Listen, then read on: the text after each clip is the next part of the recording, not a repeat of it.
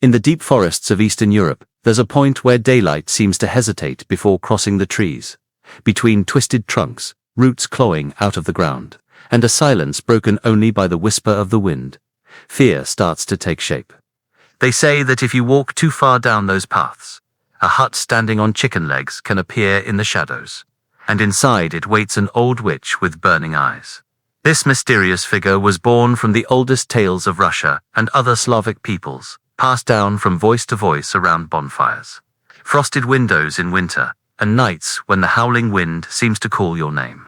Her face changes from story to story, but the feeling is always the same, a mix of terror, respect, and fascination. She's a presence that tests humans, punishes the reckless, and sometimes rewards the brave. Over the centuries, this forest, which became much more than a simple monster to scare children. She is the guardian of boundaries, the lady of the paths between the world of the living and the dead, a figure of cruel wisdom and ancient power. And even today, her name echoes in the imagination of anyone who hears about the spinning hut hidden in a forest that seems to never end. If you love old dark stories full of mystery, stay with me until the end of this legend. Get comfortable, hit subscribe, and turn on notifications, because today we're crossing the line between the known and the forgotten to face the most feared resident of the Russian forests. Today, you're going to discover the story behind Baba Yaga. Origins of the legend. They say that long before anyone tried to explain the world with maps and science, the name Baba Yaga was already being whispered in the villages of ancient Russia. On stormy nights, when the forests seemed to creep closer to the houses, people gathered around the fire, and someone always ended up telling the same story. The tale of an old witch who lived alone, deep in the heart of the woods, where no sane person would dare to go. The peasants believed the forest had a spirit of its own, and that this spirit needed a guardian. That's how Baba Yaga became, in the people's mouths, the owner of the crooked paths, of the twisted trees, and of the trails that change places. If someone disappeared in the woods, or something strange happened near the edge of the village, a murmur would run through the air. She passed through here. No one saw her, but everyone felt her presence. Even her name carried mystery. Baba recalled the figure of the grandmother, the old woman who knows things no one else knows. Yaga sounded dark, sickly, dangerous-like, a force that cannot be tamed. Together, these sounds created the feeling of a creature that is both familiar and utterly terrifying. A grandma who knows too many secrets, capable of offering help, or devouring those who ignore the rules. For many, Baba Yaga wasn't just a story to frighten children, but a serious warning. Nature is no toy. The forest could feed you, but it could also swallow you whole if you entered without respect. And the witch was the personification of that boundary. Generation after generation, she became part of the landscape itself, just as real as the winter cold. The howl of wolves and the sound of trees swaying in the dark. The appearance and hut of Baba Yaga. Those who swear they've seen Baba Yaga describe her as something the human mind tries to forget the moment the sun rises. They say she's thin, to the point of being only skin and bone, with a nose so long it almost touches her chin. Her sunken eyes glow like coals hidden in ancient ashes, and her teeth, yellow and crooked, look like fragments of bones chewed long ago. Her wrinkled skin is like the bark of an old tree, stained by time and magic. She moves in a strange way, as if every step were a dry scrape, her body creaking like old wood. Some say one of her legs is made of bone and the other of flesh, as if she were always standing between two worlds, the human and the supernatural. When she laughs, the sound isn't quite laughed. That makes the animals of the forest fall silent for a moment, as if they too recognized that danger. But as frightening as she is, nothing marks the imagination more than her house. Baba Yaga's hut is no ordinary home.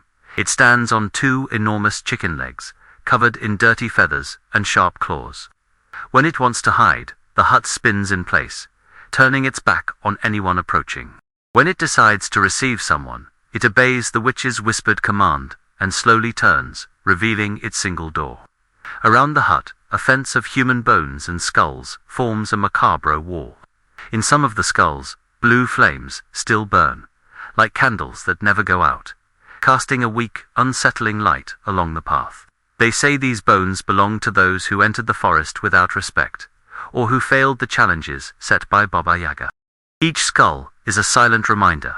Here, the lady of the house decides who lives and who never returns. The powers and magic of Baba Yaga. To speak of Baba Yaga is to speak of a kind of magic that doesn't fit in spellbooks or shiny wands.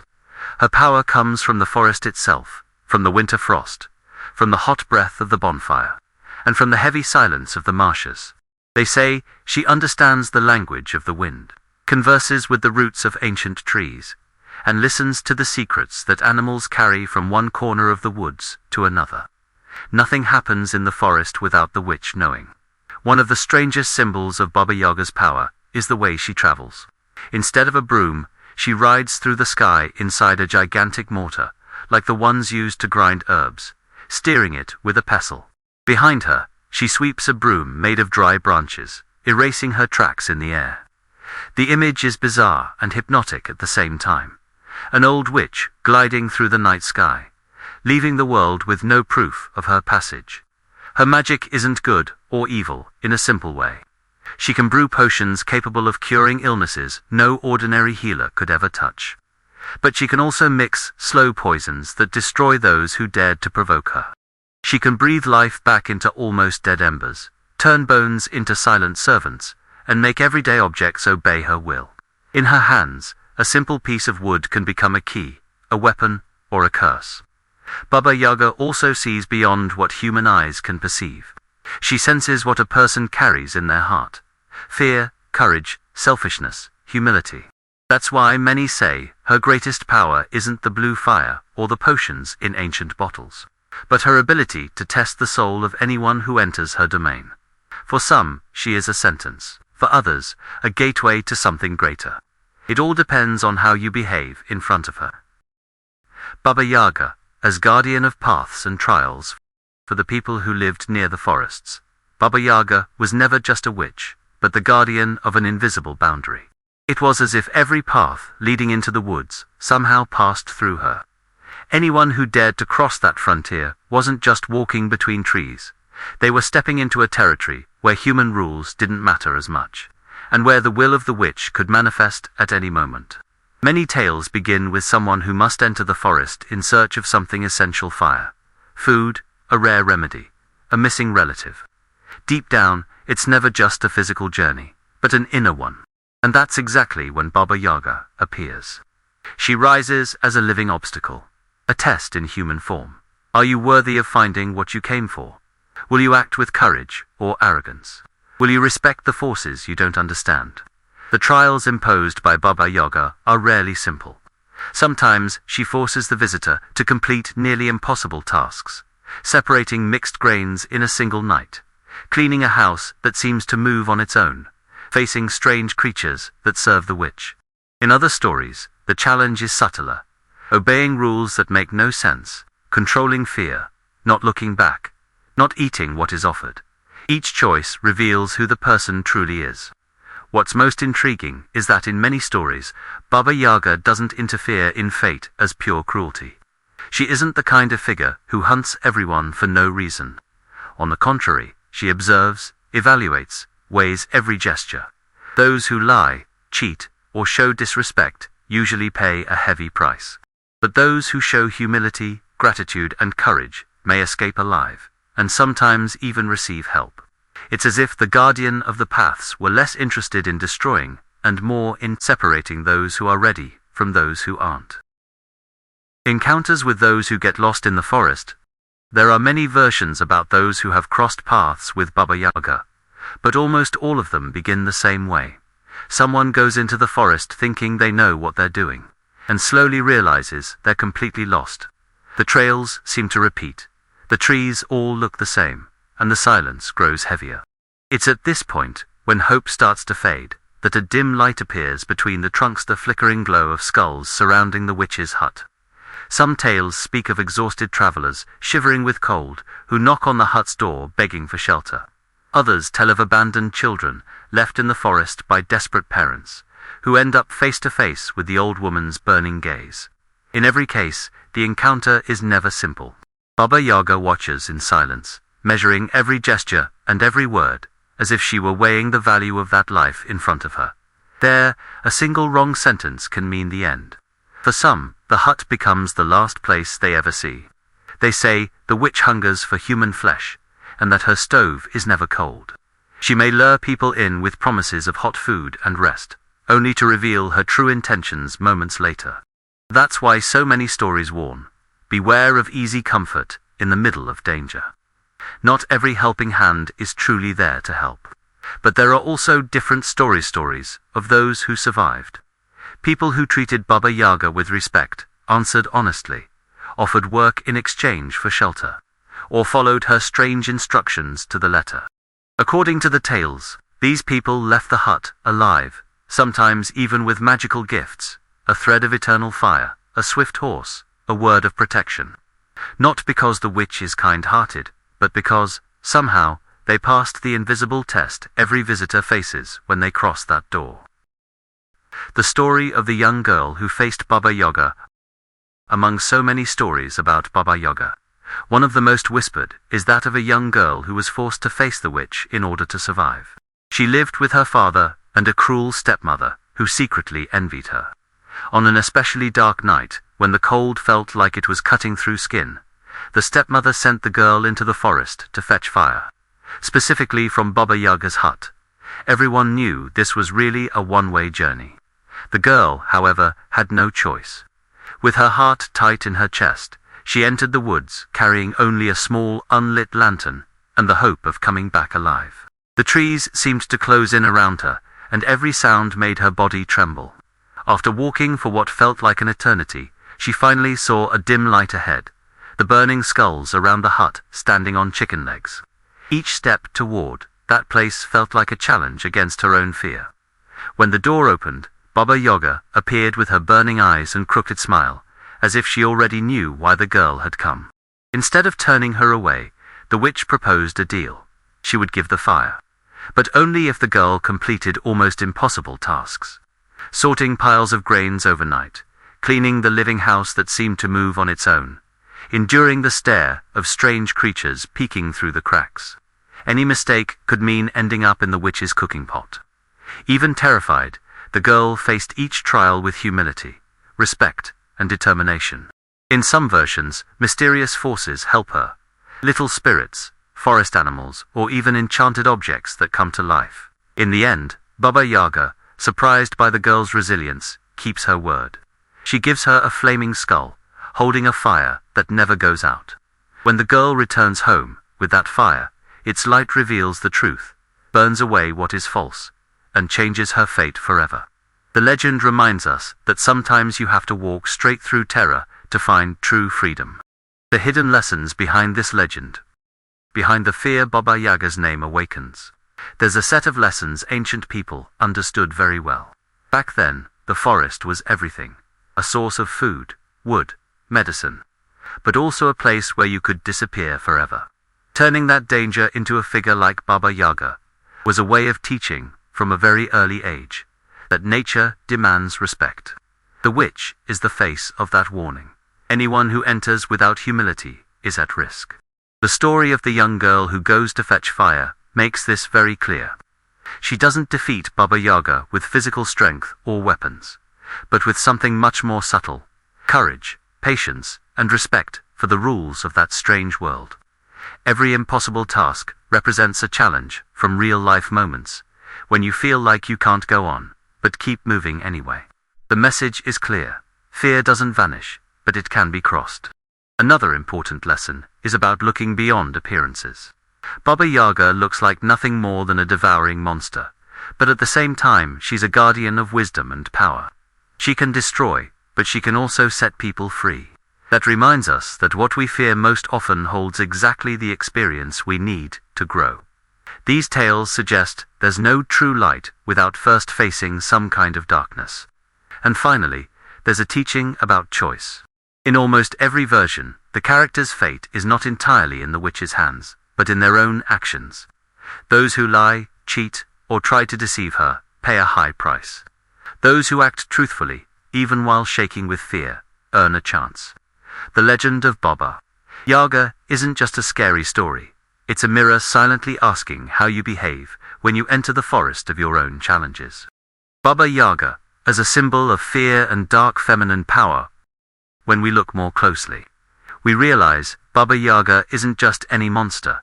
She embodies a kind of feminine energy that many people still fear today. She isn't the gentle mother or the delicate princess. She's old, independent, lives alone in the forest, doesn't ask anyone's permission, and answers to no human authority. That alone, in ancient times, was enough to stir up suspicion and fear. Her figure concentrates everything people didn't know how to control: old age, solitude, wisdom that doesn't come from books, but from direct experience with life and death. Her wrinkled body and bone-like teeth aren't just horror details. They're signs that she has seen too much, buried many people, and crossed many thresholds. She wears the mark of time, and time spares no one. Because she is the sole owner of herself and her territory, Baba Yaga represents a feminine power that doesn't bow to anyone. She decides who walks in, who walks out, who gets help, and who is destroyed. That's frightening because it breaks the idea that femininity must always be gentle, nurturing, and submissive. Instead, she is harsh, demanding, sharp as a knife. And still, those who respect her may find an unexpected ally. Many see in this legend a reflection of forces society has tried to hide or control. Intuition, rage, sexuality, knowledge of herbs, of the body's cycles, and of the earth. Baba Yaga is the dark side of the feminine, because it's evil by nature, but because it was pushed into shadow, away from the light. To look at her is to face everything that's been denied but is still alive, waiting in the forest of the unconscious. Baba Yaga nature, and the cycles of life in many tales. Baba Yaga doesn't appear as an isolated figure, but as a living part of nature itself. The forest where she lives is not just a backdrop, it's an extension of her body and will. When the wind changes direction, when branches crack for no reason, when animals suddenly disappear, people believe it's because the witch is moving, changing moods, or making a decision. She's almost like a season of the year in human form. Her connection with life's cycles is clear when we think about the harsh winters of those lands. The cold that kills crops but prepares the soil to be born again. The snow that seems to bury everything but actually guards the water for the next spring. Baba Yaga embodies this harsher side of nature. She takes away what isn't ready, what is weak, what disrespects the rules, while allowing the strong, the humble, and the attentive to survive and grow. Even the hut, on chicken legs, feels like something never fully fixed. It spins, shifts position, hides, and reveals itself like the phases of the moon, or the changing seasons. Nothing about it is static. In the same way, the trials the witch imposes are not empty punishments, but stages of transformation. Whoever enters one way, leaves another, if they leave at all. Symbolically, visiting Baba Yaga means dying to an old state and being reborn into a new one. Because of this, many interpret the legend as a portrait of life's unavoidable cycles: birth, growth, loss, death, and rebirth. Baba Yaga is the force that demands something dire fear, an illusion, an immaturity so something truer can appear. And just as nature doesn't ask if you're ready for winter, the witch doesn't wait either. She simply plays her part in this great movement that spins and spins, like the hut itself in the middle of the forest. Baba Yaga in stories and modern culture. Even though many people today have never heard a story around a campfire, the name Baba Yaga is still alive, hiding in different corners of culture. She shows up in fantasy books, comic books, movies, and even games, sometimes very close to the old witch from the original tales, sometimes reimagined with new details. It's as if each generation drags the old forest dweller closer and dresses her in new clothes. In some works, she's portrayed as a ruthless villain, an almost demonic force representing pure terror. In others, she's more ambiguous, not exactly a friend, but not a pointless enemy either. She can be the figure who helps the hero, but at a high price, or the one who hands over a magical object that changes the course of the journey. This flexibility shows how powerful the legend is. It adapts, changes shape, but doesn't disappear. What's most interesting is that even when she's updated, Baba Yaga keeps her essence. The hut on chicken legs, the bond with the forest, the gaze that sees beyond people's masks.